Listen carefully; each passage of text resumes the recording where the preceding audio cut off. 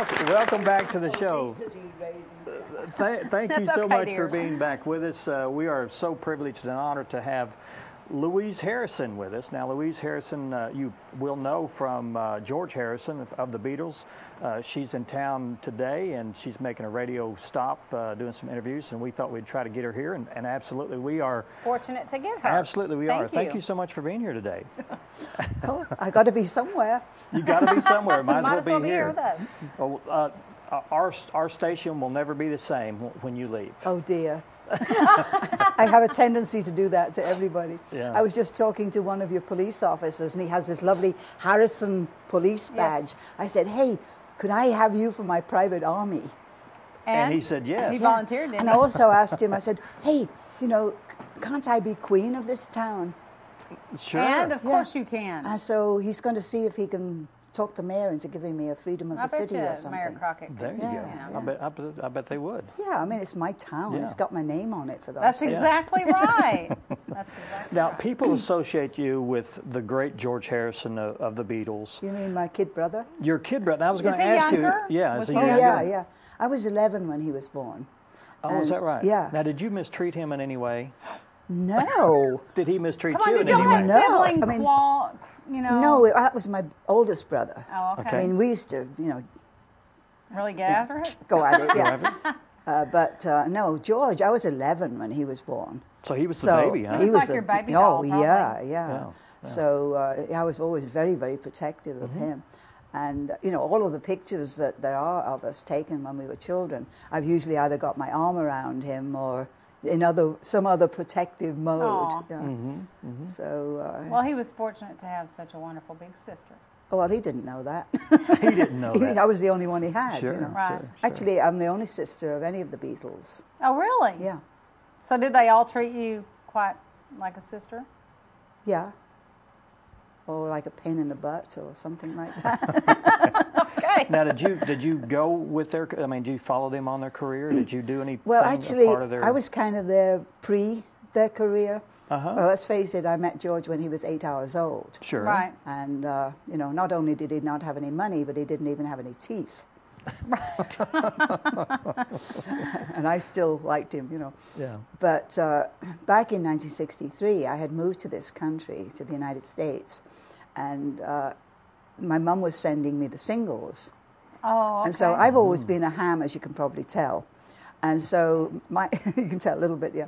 So I was going around all the radio stations within about a couple of 100 miles of where I was living, saying to them, this is my kid brother's band, and they're #1 in England, and you should be playing them on your show. So, so you were good for promoting. you, You were the big promoter. promoter back then. not only that, but I was getting Cashbox, Billboard, and Variety. They didn't have Rolling Stone back then. And I was writing to Brian Epstein, George Martin, and Dick James every week, mostly to Brian, and researching the American music market to tell them what's the best way to break into the music scene in this country. Because it's so different. In England, you have the BBC. Right. Once you're accepted by the BBC, You're you rule the waves, basically, Right. you know, the airwaves in Britain. But it's so independent here. Yeah, I guess in you have this to go to each individual yeah. radio station. Even back then, there were Yeah. 6,000 or more Wow. independent radio stations.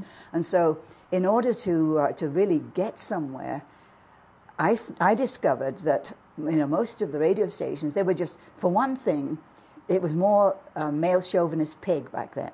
Okay. Pardon the phrase. Sure. But that's what it was. And I was getting treated like, oh, go home and darn your husband's socks or something. You know, you shouldn't be Right. messing with men's stuff. You know, this is men's business. You know, get yourself out of here. You know? Yeah. So that was a lot of what I got. But I was writing to Brian and saying, what you need, I discovered that the record label that they first had, VJ, I couldn't even find the building that was the address of where they were supposed to Really? be. Yeah. And so I was writing to Brian. I said, look, what you need is to get some of the there were 3 major labels at that time, Capitol, RCA, and Columbia, I think they were.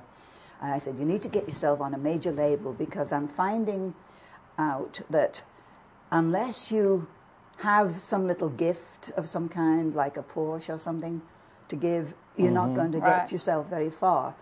But if you have a major record label behind you that can, bring some clout into the game, then you may get somewhere. So he started shopping around to get on other labels. And I've got letters. Actually, I'm writing my memoir right now. And I'm hoping to get it ready by the end of the year if I ever have enough time to get writing it. But I've got letters from him where he's saying, I'm taking into consideration everything you say very carefully. And then on one of them he said, the next single is not going out on VJ. And then on the bottom of the page in red ink he said, it's going out on Swan of Philadelphia. And I guess to him in England, Philadelphia is a fairly well-known city. So he probably thought, that was big. Really up then. I remember getting that letter and I thought, oh my gosh, that's no better, So anyway, I kept on persisting. And my husband at that time was a very, very brilliant engineer. And he said to me, maybe you should ask Brian to name you as U.S. representative. Because I was going into the radio stations and saying, this is my kid brother's band. Oh, okay. And how old were you at that time? I was about 30, 31. Okay. Yeah. And so my husband thought that if I was like an official representative, that this man world would take more notice of me, And in fact, the people at George Martin's people all said that was a really good idea and that's what they should do. But Brian, by that time in Britain, they were number one and they were being, screaming crowds everywhere. And so Brian was getting a little bit sort of, oh, aren't I wonderful? Look what I've done, And so, he wasn't sort of into that groove. Right. But anyway, it sort of worked out in the long run. It worked out, yeah. What brought you here now? I mean, like to the Branson area. To the Branson area, yeah. Well, after my brother died, I met a George in a Beatle band, and it was just a few weeks after my brother died, and we instantly took to each other. It was almost as though I have this kind of Twilight Zone thing. I say, wherever my brother's being happens to be, he was looking out for me. And, one of the things that happened when he died was the many conversations I'd had with him, we'd talked about how awful it is to be a millionaire, and that how instead of becoming a tycoon, you become a target. Right. And so, it was mutually agreed between us that I wanted no part of millionairedom. So anyway, after he died, and I met this guy, I'll call him George, but he was George in the band. We became very, very close. And so, he's been either my brother or my dad or my son ever since.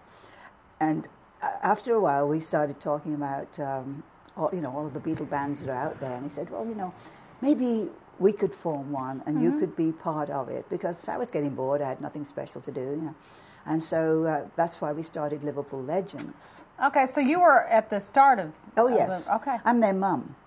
Okay, and do you live in Branson now? Yes, yeah. Okay. Yeah. Okay. And so, we've been together for, I lost count of how many years now, but I first met the new George back in 2002. So, we've been friends and brother and sister ever since then. But, we've just been having a wonderful time. We're in Branson, have been now for at least 5 years. We're now at the Mansion Theatre in Branson. That's an awesome theatre. I've not been able to see the show yet, but well, have you've got every to come intention. soon. Yeah. Well, let me get into one of the main reasons that I'm here today in town, and that is to tell people about the August 16th, which is next Tuesday. That's going to be my 18th birthday. Your 18th birthday. Actually, it sounds like 18, but it's like 80. Like 80? Really? I would Really? never have guessed that. No. Well, anyway, if you listen to Beatle music all your life, you don't get any older. That's right. It's true. You rock. But we're going to be having, a special birthday party. And it's a twofold thing.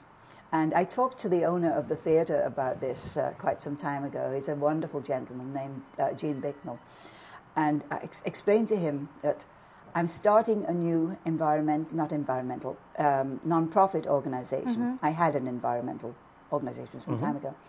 But in today's world, there's so many problems. And, everybody being defunded and everything. And we as musicians thought that maybe there's one little aspect of what's happening that we could help.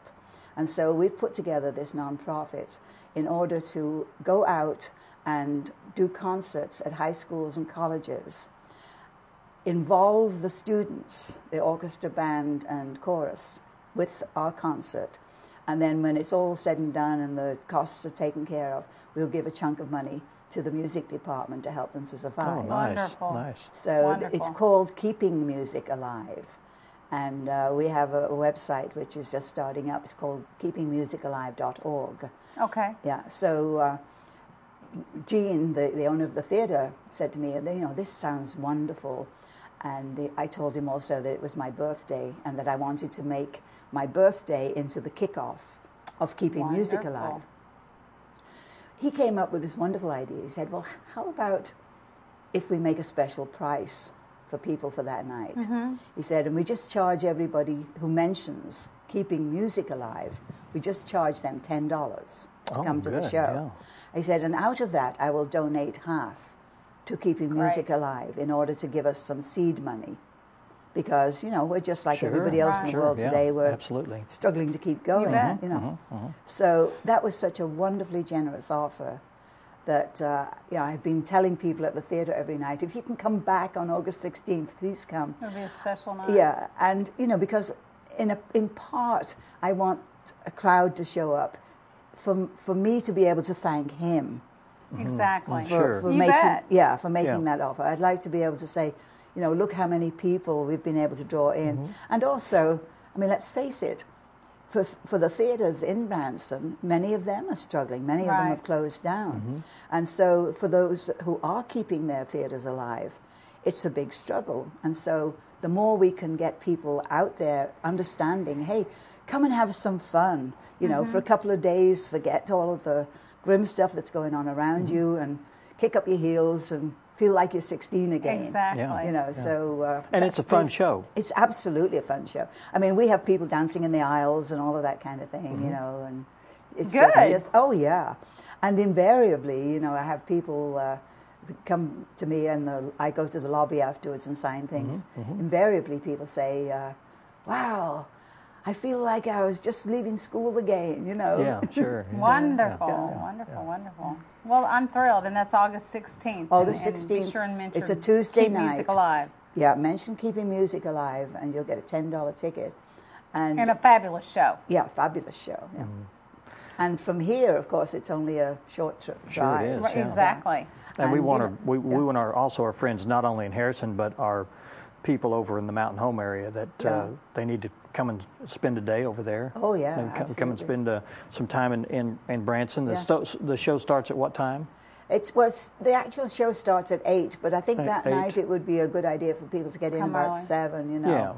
And then of course the other thing too that I should say is that they can go to our website liverpoollegends.com and also to the Mansion's website and see for the rest of the season, because after all there's a lot of people listening or viewing right now who wouldn't be able to get there that night. Exactly. But we'll still be there until the end of October. And not only that, but there are many, many other wonderful shows throughout the city, throughout the town. So it's a good place to go to, kick back and let your hair down and enjoy yourself. Exactly. Be like an Aussie and say no worries. Exactly. No worries. Yeah. Louise, what a thanks so much pleasure. for being You're a here. delightful lady. It's Yeah, great. I can't are. help it. I take after my mum. Well, it's an awesome privilege to meet you. Thank you. And good luck with that, and good luck with the Legend show up there, and also make sure you don't just say Legends, because there is the another Liverpool. show. Yeah, there's Liverpool two up there. Legends. There's another show called Legends.